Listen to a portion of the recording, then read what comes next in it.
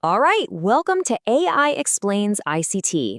Today, we are diving deep into Core Content Month 9, Episode 5. And let me tell you, we're covering a big one, the art of the market turnaround. We're going to talk about how you can spot and trade a reversal before it really gets going.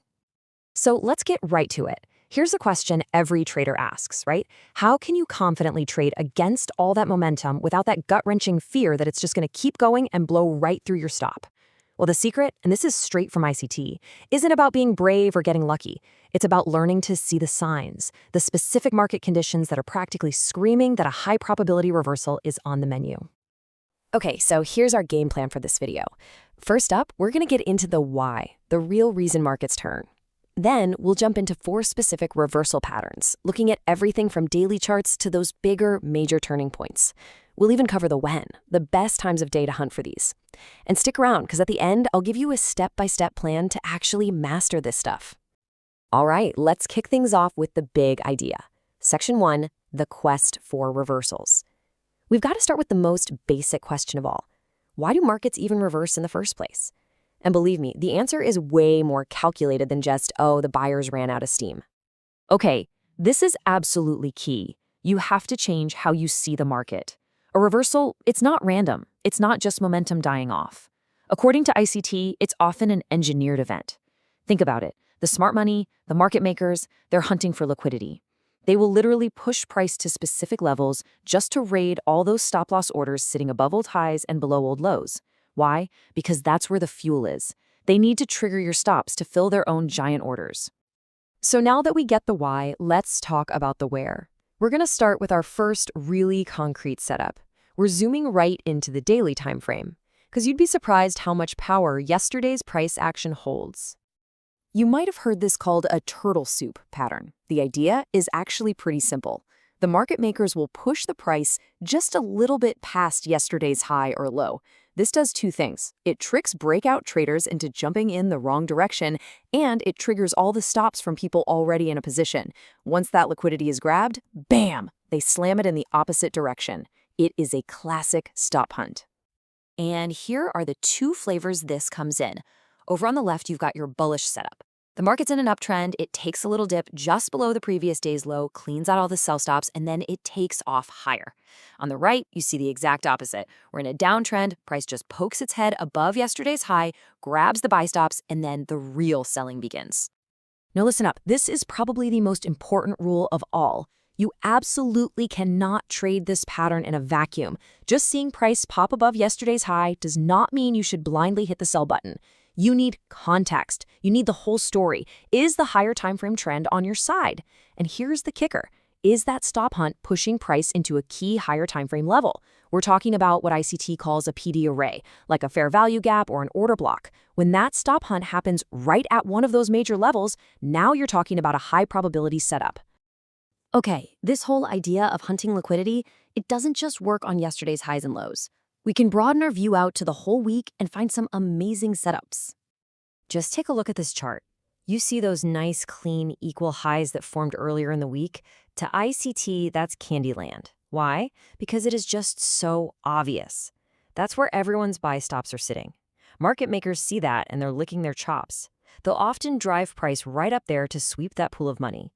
Now, if that sweep also happens to push price into a higher time frame premium array, a zone where price is considered expensive, well, that's an A-plus selling opportunity.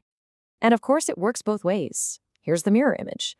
The market carves out a nice clean low earlier in the week. Later on, what happens? Price trades down to attack it, raiding all the sell stops that have piled up underneath.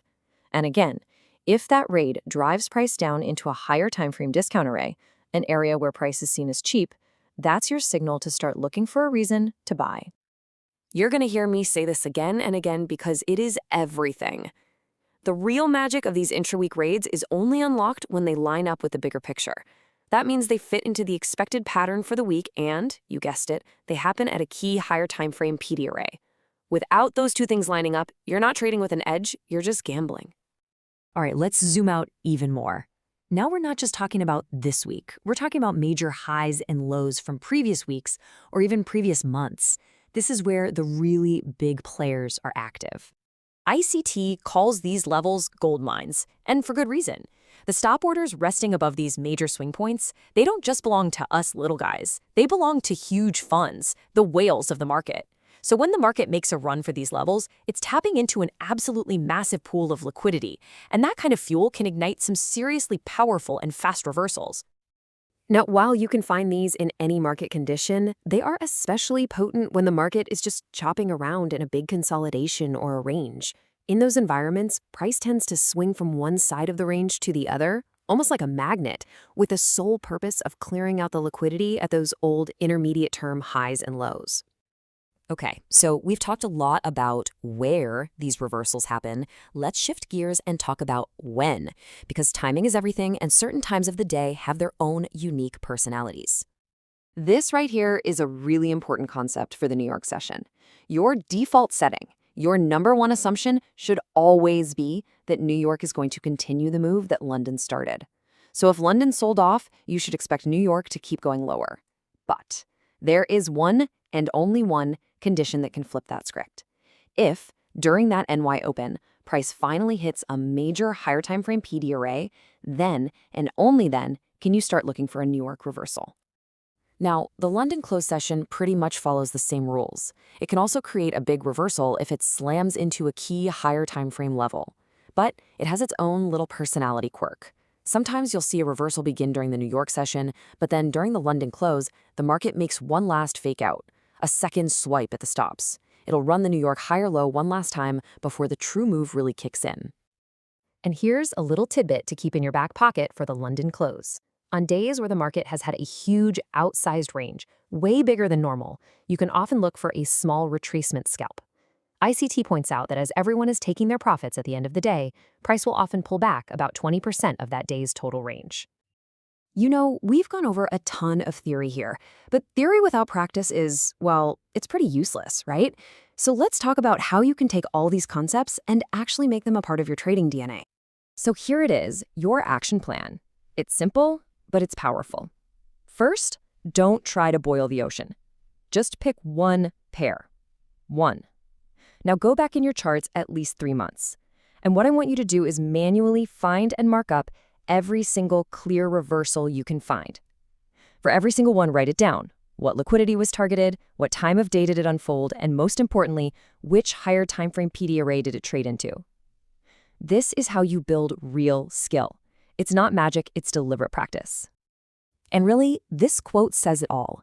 I can sit here and explain these ideas all day, but I can't give you the screen time. I can't give you the experience. That part, you have to earn. That gut feel for price action, seeing the subtle clues, that only comes from one thing: you spending hours and hours over your charts, taking notes, and building your own mental playbook.